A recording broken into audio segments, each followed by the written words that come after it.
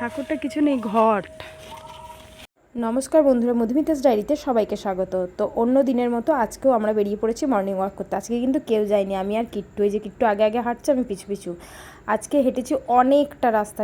ভিডিওটা অনেক কদিন আগেকারই, কিন্তু ছাড়ছি আমার কাছে যেহেতু ছাড়া হয়নি ভিডিওটা, তাই আমি আবার ছাড়ছি নতুন করে। ভিডিওটা প্রায় 7 দিন আগেকার, চণ্ডী পুজোর দিন। তো চণ্ডী পুজোর দিন ভোরবেলায় আমরা একটু চণ্ডী মন্দিরে যাব বলে, এটা ছিল আমাদের বাড়ির থেকে অনেকটা রাস্তা দূরে, হোমিওপ্যাথি কলেজের ওখানে। এই দেখুন হোমিওপ্যাথি কলেজটা, চলুন দেখিয়ে দিই একবার আপনাদের হোমিওপ্যাথি কলেজের গেটটা। এই যে প্রায় অনেকটা হাঁটা। আমরা দুজন মর্নিং ওয়াক করতে গিয়ে ওখানে একটা ভোগের কুপন কাটবো, তাই জন্য আমরা পৌঁছে গেছি। কিন্তু সেদিনটা ভোরবেলায় তো মন্দিরও খোলে না, মানুষজনও নেই। দেখুন পুকুর ঘাটটা কি সুন্দর লাগে, মাঝ বরাবর হাওয়া দিচ্ছে, আর ধার দিকটা হাওয়া নেই। তো এই জলটা কেমন নড়ছে আর এই জলটা কেমন স্থির। চলুন দেখাই মন্দিরটা। এইখানে মেলাও বসেছে, কিন্তু বেলা করে। আমাদের মানে কপালে যদি ভোগ থাকে তো কেউ আটকাতে পারে না, সেটাই হচ্ছে এই আমাদের আজকের দিনের ভিডিওটা দেখলেই বুঝতে পারবেন।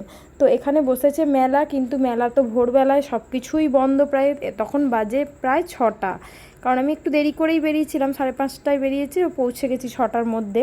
আর এই যে এইখানে হবে চণ্ডী পুজোটা।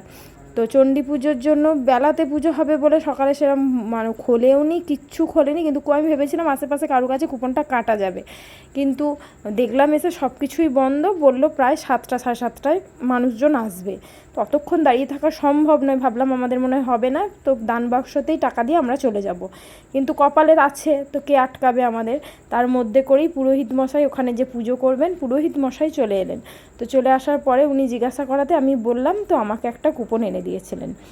তো কপালে যদি থাকে তো কেউ খণ্ডাতে পারে না বা আটকাতে পারে না। তো এখানে আমরা একটু ঘন্টা বাজিয়ে প্রণাম করে, এই যে এই গাছটার মধ্যে ঘটেই পুজো হয় আমাদের, যেমন রক্ষাকালী পুজো, এইখানেও কিন্তু এইরকমই, এটা চণ্ডী পুজো বা শীতলা পুজো যে হয় ওই রকম। তো ওর পরেই কিট্টু বললো চলো মাসি একটু মাঠে যাই। তো মাঠেও একটু বল ভালোবাসে, বল খেলতে। একার পক্ষে আমি ক্যামেরা ধরবো না, ওর বাবার সঙ্গে বলে সাথ দেবো। তবুও দিতে পারিনি, একটু ছুঁড়ে দিলাম, তাইও একটু প্র্যাকটিস করলো। ওইটুকুই, বেশিক্ষণ করতে পারিনি। প্রচুরটা হাঁটার পরে আবার মাঠ, আবার ফিরে যেতে হবে হেঁটে হেঁটে, এইটা ভেবেই গায়ে জ্বর আসছিল। তো এই দিন প্রচুর হাঁটা হয়ে গেছে। এতটাও হাঁটা মনে হয় না খুব দরকার, খুব অল্প মানে মোটামুটি হাঁটলেই হয়। সেদিনটা একটু বেশি হয়ে গেছিলো। হাঁটার পথে আসার পথে দেখছি রাস্তায় এরকম তালের আটি নিয়ে বসে আছে। তালের এই শ্বাসটা খেতে কারা কারা ভালোবাসেন জানাবেন। এই সময়টুকুর জন্যই ওটা, এই 2 মাসই থাকে, তারপর আর থাকে না।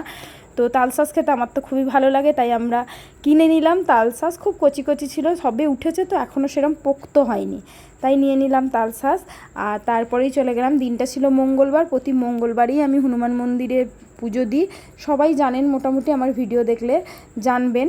তো মঙ্গলবার আমি বাড়িঠারি এসে ঘরে পুজো টুজো দিয়ে তারপরে চলে গেছিলাম হনুমান মন্দিরে। তো প্রত্যেক মঙ্গলবারই আমি যাই। তো হনুমান মন্দিরে আমি এই যে পুজো দেওয়ার পরে মানে মন্দিরে ঢুকে গেছি। এখানে কিন্তু 3টে ঠাকুরের মূর্তি আছে। প্রথমে আছে মা দুর্গা, তারপরে হনুমান, তারপরে কৃষ্ণ। তো এই যে আমি হনুমান মন্দিরে প্রতি মঙ্গলবারে পুজো দিই, পুজো দিয়ে পুষ্পাঞ্জলি দিয়ে তারপরে আমি কিছু খাই। তার আগে আমি খাই না, মানে শুধু চাটা খাই, কিছু খাই না বলাটাও ভুল। তো এই করে পুজো টুজো দেওয়া হয়ে যাওয়ার পরে আমরা এই দুপুর রোদে 1:30টার সময়, আমাদের ঠাকুরমশাই বলেছিলেন 2:30টার মধ্যে যেতে, তো আমরা 2:30 মধ্যে যেতে বলেছিলেন, আমরা 1:30টার সময় বেরিয়ে পড়েছি। ছুটকু আর আমি যাচ্ছি প্রসাদ আনতে। তো গিয়ে দেখুন কি দুর্ঘটনা। ভাবলাম মনে হয় আজকে আর ভোগের প্রসাদ আমাদের কপালে নেই। সকালে টিকিট না পাওয়া আসায়ও টিকিট পেয়েছি, আবারও গিয়ে ঘুরে আসতে হয়েছে। সেটাই হচ্ছে সবচেয়ে বড় কথা।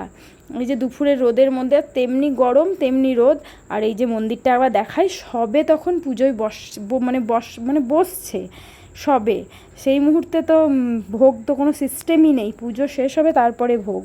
তো 1:30টার সময় পুজো বসা মানে পুজো হতে হতে নিঘাত 3:30, 3:30 তো বাজবেই। অতক্ষণ দাঁড়িয়ে থাকা ভোরবেলা উঠে অসম্ভব ব্যাপার হয়ে যাচ্ছিল। তাই মন্দিরটা আপনাদের সঙ্গে একটু শেয়ার করে, দর্শন করে, মন্দিরে প্রণাম করে, সামনে একটু মেলা বসেছে ওইটাই একটুখানি ভিডিও করে আমি বাড়ি চলে এসেছিলাম। ভেবেছিলাম মনে হয় আজকে আর ভোগ নেওয়া হবে না, মানে পরিস্থিতি যা তৈরি হয়েছিল ভোগ নেওয়া হবে না। এই যে মন্দির চত্বরে দেখেছেন কত ভিড়। এটা শীতলা পুজো বা আমাদের ওখানে রক্ষাকালী পুজোর মতনই, পুরো পাড়া জুড়ে এলাকা জুড়ে মানুষ। আর এখানে দেখুন সেই ছোট্ট ছোট্ট পুতুলগুলো বসেছে, এত কিউট লাগছে আর খুব ভালো লাগে। আমি দেখলেই এই পুতুলগুলো একটু ভিডিও করি, কিন্তু কিনিনি কোনো দিন। এইরকম ফ্রক পরে পুতুল না, মানে বাচ্চা বয়সেই ঠিক আছে, কিন্তু বড় বয়সে একটু টানে আর কি পুতুলগুলো। সেরকম একটু ভিডিওতে মেলাটা একটু দেখিয়ে দিলাম। ছোট্ট ছোট্ট অনেক ছোট ছোট দোকান বসেছে, আইসক্রিমের স্টল বসেছে, অনেক কিছু বসেছে। তো ওখান থেকে একটু আইসক্রিমও খাওয়া হয়েছে। তারপরে আবারও গিয়ে 4টের সময় আমি ভোগ পেয়েছি, মানে ভোগ দর্শন, মানে না ভোগ দেখলে দুর্ভোগ কাটে, তো এই ভোগ দর্শন আপনারাও করে নিন। ভিডিওটা কেমন লাগলো জানাবেন। একটু ছোট্ট ভিডিওর মাধ্যমে আপনাদের সঙ্গে শেয়ার করলাম। ভোগে ছিল পোলাও, পায়েস, ভাজা, মালপোয়া, বোঁদে আর আলুর দম। এই ছিল আজকের ভোগের প্রসাদ।